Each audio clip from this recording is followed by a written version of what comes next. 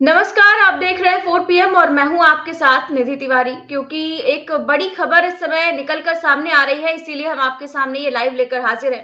दरअसल कांग्रेस की भारत जोड़ो न्याय यात्रा को एक तरफ जहां लोगों का अपार जन समर्थन मिल रहा है, लोगों का खूब प्यार मिल रहा है, पूरे देश के लोग राहुल गांधी के समर्थन में आ गए हैं, तो वहीं दूसरी ओर भाजपा के खेमे में इसी को लेकर खलबली मची हुई है। जब से यात्रा शुरू हुई है, तभी से भाजपा नेताओं द्वारा नफरती बयान लगातार दिए जा रहे हैं, लगातार धमकियां दी जा रही हैं और कांग्रेस की न्याय यात्रा को रोकने का प्रयास भी किया जा रहा है। पहले असम में आपने देखा कि 2 दिन पहले ही कैसे वहां के सीएम ने रोकने का प्रयास किया भारत जोड़ो यात्रा को। और आज फिर से जब असम में यात्रा पहुंची तो इसी तरह से फिर से हमला किया गया। पहले तो भारत जोड़ो न्याय यात्रा पर हमला हुआ और उसके बाद राहुल गांधी जब बस से जा रहे थे तो वहां पर बीजेपी के लोग घुस आए, बीजेपी का झंडा लेकर घुस आए और यात्रा में मोदी मोदी के नारे लगाने लगे। साथ ही उन्होंने कांग्रेस के जो लोग थे उनके साथ हाथापाई भी की। इस पर राहुल ने बस से उतरकर क्या किया और क्या कुछ आगे हुआ, सभी चीजों पर हम चर्चा करेंगे और इस चर्चा में हमारे साथ जुड़े हुए हैं अजय शुक्ला सर। सर बहुत बहुत स्वागत है आपका। पहले तो सर हम अपने दर्शकों को वीडियो दिखा देते हैं कि किस तरह से जो बीजेपी के लोग घुस आए थे राहुल की यात्रा में और फिर बस से उतरकर राहुल गांधी ने क्या कुछ किया था वो।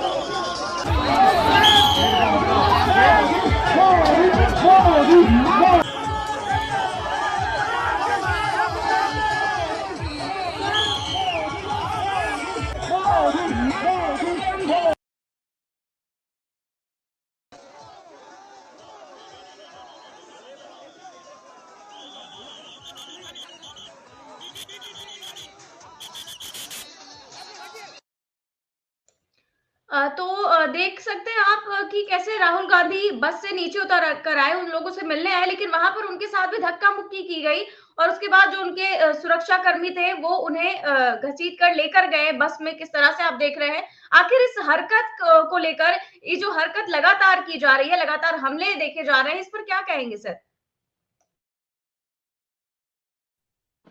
मैं समझता हूं उसे डराने चले हैं जिसके परिवार ने इस देश में 11 शहादतें दी हैं, जिसके चाहे नेहरू परिवार के आप देख लीजिए, उनके परिवार से कितने लोगों ने शहादतें दी, फिर उनकी दादी ने शहादत दी इस देश के लिए, जिसके पिता ने शहादत दी, जिसने इतनी लाशें देखी हो वो डरने वाला होता है। जिस कांग्रेस पार्टी के 7.5 लाख लोगों ने इस देश की आजादी के लिए शहादतें दी हैं, शहीद हुए, वो राहुल गांधी को डराने चले। अरे भाई, जो इधर उधर से आए लोग हैं उनकी बात नहीं करता हूं, जो मूल कांग्रेसी है वो डरता नहीं है और उसने डरना सीखा भी नहीं है। वो अंग्रेजी हुकूमत से माफी नहीं मांगता था, वो जेल जाता था, कहता था सजा सुना दो। अब पंडित जवाहरलाल नेहरू ने कभी माफी नहीं मांगी और करीब 9 साल वो जेल में रहे। 9 साल जो व्यक्ति जेल में रहा हो और उसने माफी नहीं मांगी, उसने कहा ठीक है। और उस दौर के सबसे रईस वकील परिवार का बेटा था और ऐसा था कि जिसके आगे अंग्रेजी हुकूमत भी झुकती थी और अंग्रेजी हुकूमत के हुक्मरान उनसे दोस्ती करने के लिए लालायित रहते थे। वो पंडित नेहरू के परिवार से है। वो उस इंदिरा गांधी का बेटा है, जिस इंदिरा का पोता है, जिस इंदिरा गांधी ने पाकिस्तान को 2 टुकड़े कर दिए थे, जिस इंदिरा गांधी ने 2 बार चाइना को हराया, चाइना से छीन कर सिक्किम को भारत में मिला दिया, वो राहुल गांधी है।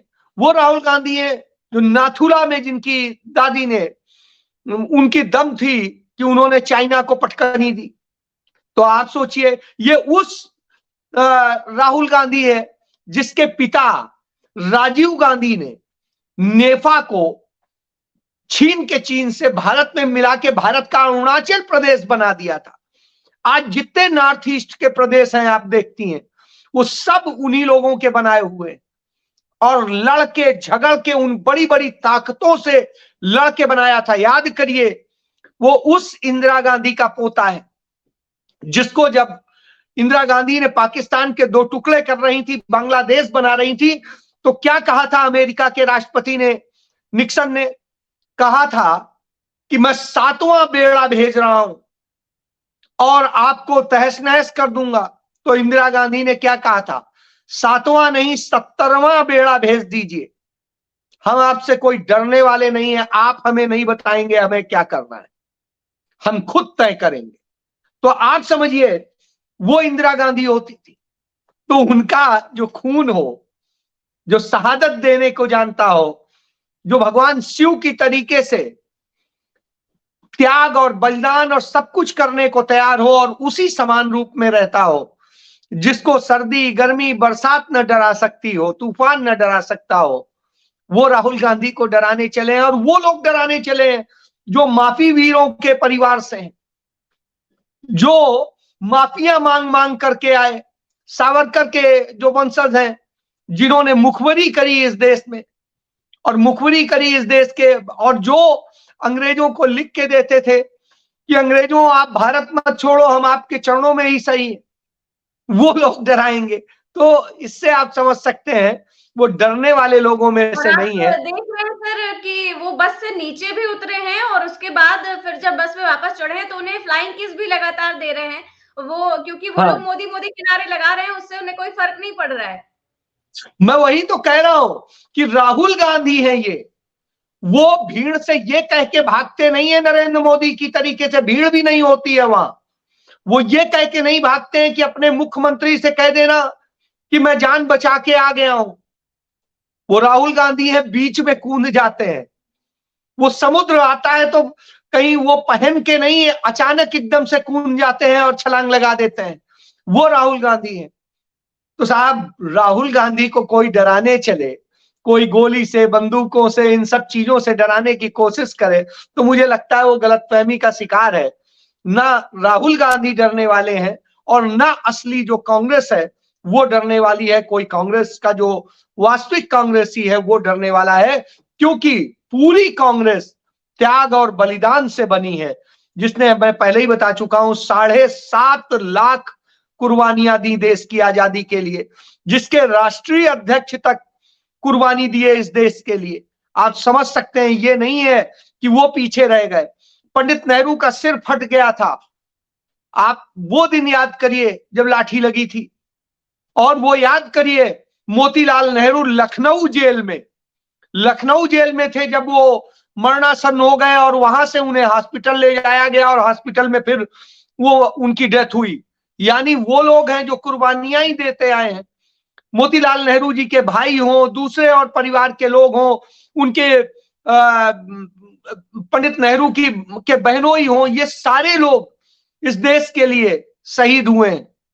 और जिस परिवार से इतने लोग शहीद हुए हों, आप समझ सकते हैं, जिनके पंडित नेहरू के ग्रैंडफादर गंगाधर नेहरू जो दिल्ली के शहर कोतवाल हुआ करते थे, देश के पहले स्वतंत्रता संग्राम 1857 में शहीद हुए थे।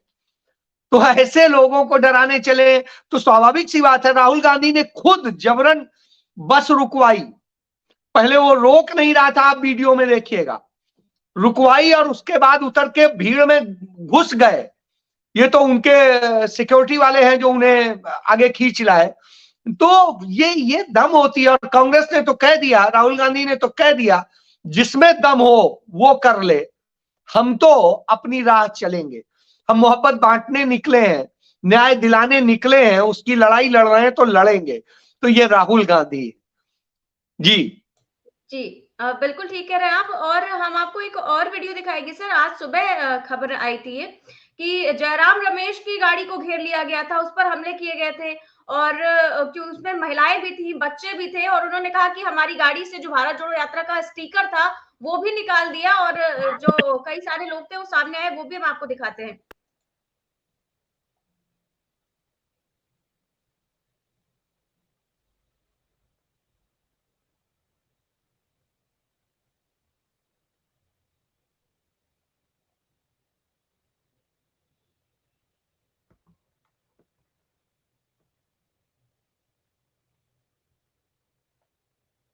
तो ये सर ये एक और वीडियो है, आपने देखा कि इसमें जो बीजेपी का झंडा लिए हुए कुछ लोग आए हैं और वो जयराम रमेश की गाड़ी को घेर भी रहे हैं, उससे स्टिकर भी निकाल रहे हैं और वो कह रहे हैं कि वहां पर कई सारे लोग जमा हो गए थे। सर इस पर क्या कहेंगे?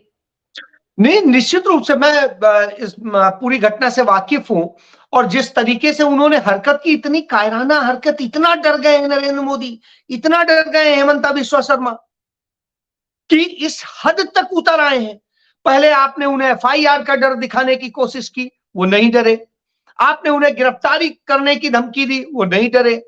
अब आप इस हद तक उतर आए हैं और यह हालत है। और यही नहीं, वहां पर जो महिला पत्रकार थे और सारे थे, उन सबके साथ में बदतमीजी की है और इस तरह की हरकत की है कि महिलाओं के साथ में कई चीजें रिकॉर्ड नहीं हुई हैं। मेरे भी कुछ लोग मित्र हैं जो गए हुए हैं, उनसे बात हुई, उन्होंने बताया कि किस तरीके से महिलाओं के साथ बदसलूकी की है। आप सोचिए, जय श्री राम का नारा बदसलूकी करने, महिलाओं से रेप करने और इन सब में इस्तेमाल होने लगा है। कल्पना करिए, हमला करने, अराजकता के लिए इस्तेमाल होने लगा है। यदि ये जय श्री राम है तो भाई ये जय श्री राम उन्हीं को मुबारक, हमें तो नहीं चाहिए। तो सीधी सी बात है, जिस तरह की हरकतें हैं, जिस तरीके से ये कायराना व्यवहार अपने आप में दिखाता है कि डरे हुए लोग किस तरह से होते हैं और क्या करते हैं। तो ये डरे हुए लोग हैं। ये वास्तव में, जो मैं एक चीज बार बार कहता हूं, मैं उसको कहता हूं, मेरे एक बड़े अच्छे मित्र हैं, वो डॉग्स के डॉक्टर हैं। तो एक दिन उनसे बात हो रही, तो उन्होंने कहा, जब स्ट्रीट डॉग आपको घेरने लगे या बहुत ज्यादा वो करने लगे, कोई जरूरत नहीं, एकदम से वहीं रुकिए और नीचे कुछ पत्थर वत्थर जो भी कुछ आपको दिखाई दे, एक बार उठाइए और बस, ना भी मिले तो भी झूठ है, उठाइए और यो करिए और तेज में आवाज दीजिए, वो सब भाग खड़े होंगे। और यह घटना मैं आज देख रहा हूं, सामने देख रहा हूं। वो सब भाग खड़े हुए थे जब निकल पड़े कांग्रेसी। तो ये आप समझिए, ये बड़े कायर लोग हैं और इतने डरपोक लोग हैं कि भागने लगते हैं। तो इनकी स्थिति ये है। तो ये बताता है कि वास्तव में ये जिस तरह के लोग हैं, ये लड़ नहीं सकते हैं, ये मुकाबला नहीं कर सकते, ये छद्म वार करते हैं और ये वही लोग हैं। तो इसलिए इनसे डरने की जरूरत नहीं है। लेकिन इससे एक संदेश जरूर जाता है कि वो सत्ता जरूर डरी हुई है, वो लोग डरे हुए हैं और उनके मन में न महिलाओं के लिए सम्मान है, न किसी और के लिए, क्योंकि वो सबके साथ में बदसलूकी करते हैं और राम का नाम बदनाम करते हैं। तो ये लोग राम का धंधा करने वाले हैं, उन्हें बदनाम करने वाले हैं, उनको सार्थक वो करने वाले नहीं है, उनके राम राज्य के सिद्धांतों को नहीं है। इसका उदाहरण भी है, इतने उदाहरण मौजूद हैं कि आप सोचिए कि जो हो रहा है उत्तर प्रदेश में, जहां राम की प्रतिष्ठा की बात कर रहे हैं, वहां जिस तरीके से महिलाओं के साथ में 11 महिलाएं रोज बलात्कार का शिकार हो जाती हैं। और ये वो नंबर है जो रिपोर्टेड है और जो एनालिसिस बताता है कि उत्तर प्रदेश में उससे 7 गुना ज्यादा क्राइम रिपोर्ट ही नहीं किया जाता है। यानी इसका मतलब है क्या संख्या होगी, इस विभत्स स्थिति को आप समझ सकते हैं। नरेंद्र मोदी के शासनकाल में 90 महिलाएं रोजाना इस देश के अंदर बलात्कार का शिकार होती है। यह दशा है।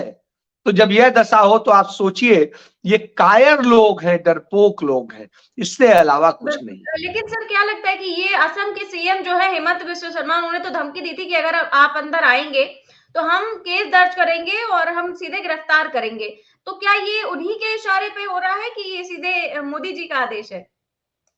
स्वाभाविक सी बात है। देखिए, मोदी सीधे आके तो नहीं करेंगे, वो वहां से अपने सीएम को बोलेंगे, सीएम अपने नीचे वालों को बोलेगा, नीचे वाले सारे काम करते हैं। वही हो रहा है। नहीं तो इस तरह की घटनाएं हो रही हैं। स्वाभाविक सी बात है, राहुल गांधी इस कंट्री के सबसे ज्यादा खतरे में, यदि कोई एक परिवार है जिस पर सबसे ज्यादा खतरा है, और ये प्रूव्ड है।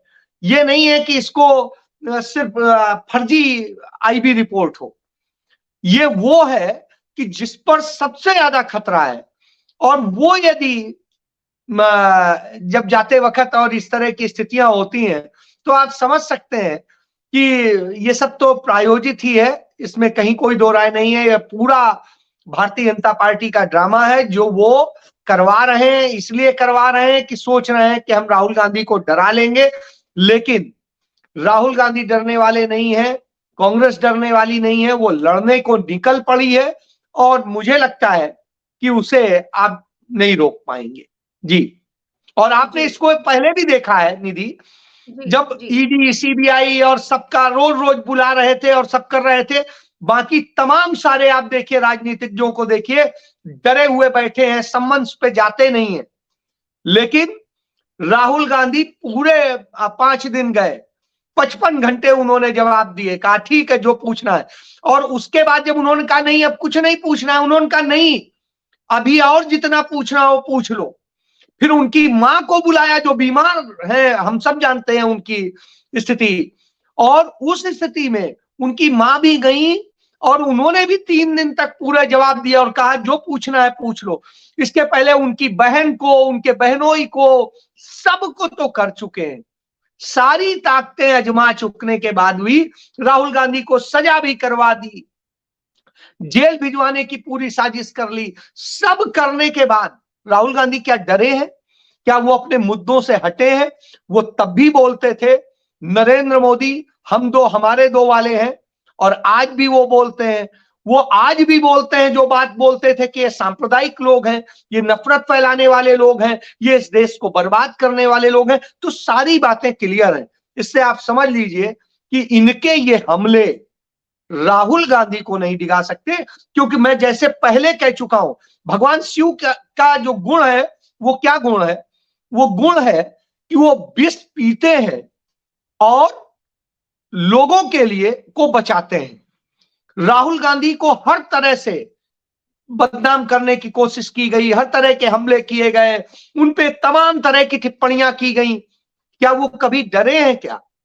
चाहे आपने उन्हें जो भी कह दिया हो, क्या उन्होंने आपसे कभी कहा कि वो Cambridge university, Harvard university, Oxford इनके पढ़े हुए, इनसे एमफिल है? आप सोचिए, जो इतना बड़ी, जो टॉप दुनिया की यूनिवर्सिटीज है उससे पढ़ा हुआ हो तो कितना काबिल होगा। लेकिन यहाँ के मूर्ख लोगों ने इनके जो डरे हुए भाजपाई लोग हैं उन्हें बदनाम करने के लिए न जाने किस तरह से करते रहे। तो ये समझा जा सकता है कि ये कैसे लोग हैं। जी। सर एक आप क्या? राहुल गांधी का ये बयान भी सामने आया है जब ये हमला हो गया उसके बाद उन्होंने जनसभा को संबोधित किया और क्या कहा उस दौरान ये भी सुनवाते हैं। यहां से 2-3 किलोमीटर पहले 20-25 बीजेपी के कार्यकर्ता नेता झंडा लिए हमारी बस के सामने आ गए। मैं बस से निकला, वो भाग गए।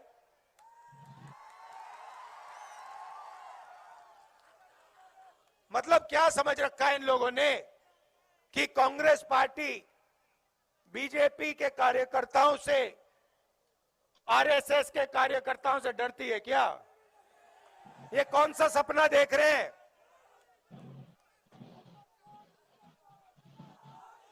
जितने हमारे पोस्टर फाड़ने हैं फाड़ लो, जितने हमारे प्लेकार्ड्स फाड़ने हैं फाड़ दो, कोई फर्क नहीं पड़ता हमें। हमारी विचारधारा की लड़ाई है, हम किसी से नहीं डरते हैं, ना नरेंद्र मोदी से डरते हैं, ना यहाँ के चीफ मिनिस्टर से डरते हैं। यहां से 2-3 किलोमीटर पहले 20-25 बीजेपी के कार्यकर्ता नेता झंडा लिए हमारी बस के सामने आ गए। मैं बस से निकला, वो भाग गए।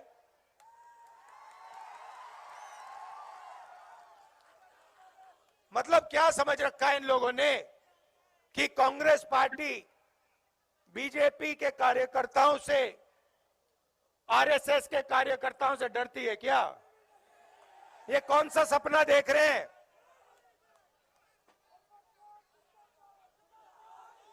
जितने हमारे पोस्टर फाड़ने हैं फाड़ लो, जितने हमारे प्लेकार्ड्स फाड़ने फाड़ दो, कोई फर्क नहीं पड़ता हमें। हमारी विचारधारा की लड़ाई है, हम किसी से नहीं डरते हैं, ना नरेंद्र मोदी से डरते हैं, ना यहाँ के चीफ मिनिस्टर से डरते हैं। तो सर ये राहुल गांधी कह रहे हैं कि हमारे पोस्टर फाड़ने उखाड़ लो, हमारी यात्रा में घुस जाओ, आप कुछ भी कर लो, लेकिन हम किसी से डरने वाले नहीं हैं। यही बात देखिए, मैंने पहले ही ये बात कही थी और वही बात आ गई सामने। तो कमोबेश मैं यही कह रहा हूं कि वो डरने वाले लोग नहीं है।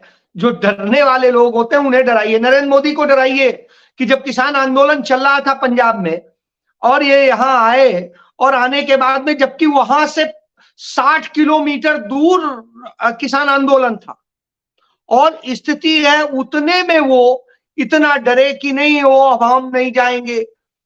अरे साहब, इस तरह से डर ये बताता है कि किस तरह से कैसे कैसे लोग हैं। तो नरेंद्र मोदी डरते हैं, वो नहीं डरते हैं, और यही उनकी खूबी है।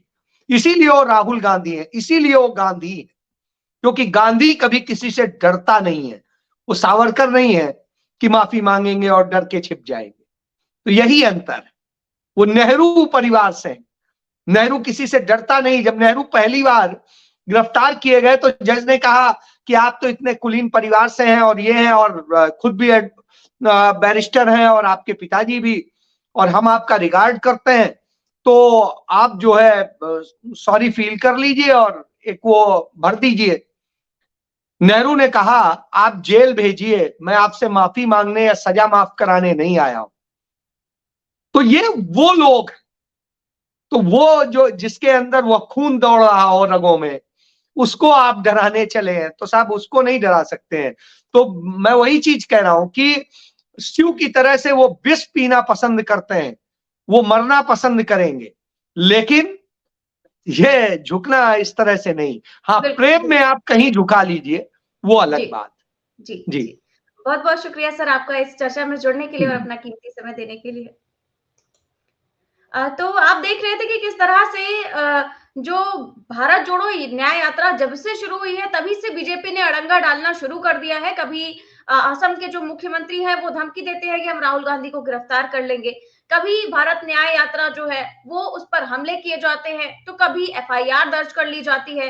लेकिन राहुल गांधी ने कहा कि हम डरते नहीं हैं, और किया भी उन्होंने कुछ ऐसा ही। पहले वो अरुणाचल प्रदेश में उनकी यात्रा एंटर कर गई, उसके बाद वो फिर से असम लौटे, और असम में लौटते ही किस तरह की जो हिंसा आप देख रहे हैं वो देखने को मिली कि कैसे राहुल गांधी की बस यात्रा चल रही है और बगल में बीजेपी का झंडा लिए हुए कुछ लोग आते हैं, प्रवेश कर जाते हैं और मोदी मोदी के नारे लगाए जाते हैं।